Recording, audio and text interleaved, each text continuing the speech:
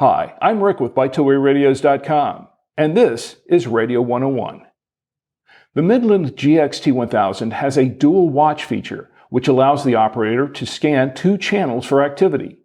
The first channel will be the current channel setting, and the second channel will be the selected channel on the menu. Here's how to activate and use Dual Watch on the Midland GXT1000 and GXT1050 GMRS two-way radios. To activate Dual Watch, press the menu button until the OF icon flashes while the DU icon appears on the display. Select the second channel by pressing the up and down arrow button. Then press the menu and the up and down arrow button to choose the privacy code.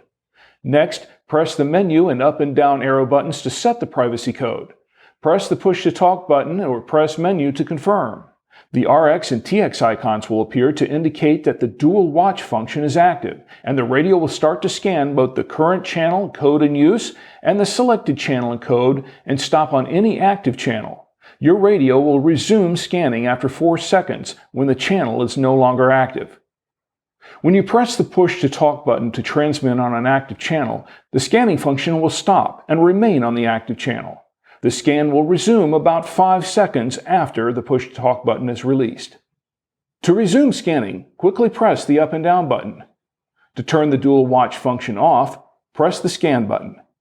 This procedure works on the Midland GXT1000 and GXT1050 two-way radios. I'm Rick with ByToWayRadios.com, and this is Radio 101. Class dismissed.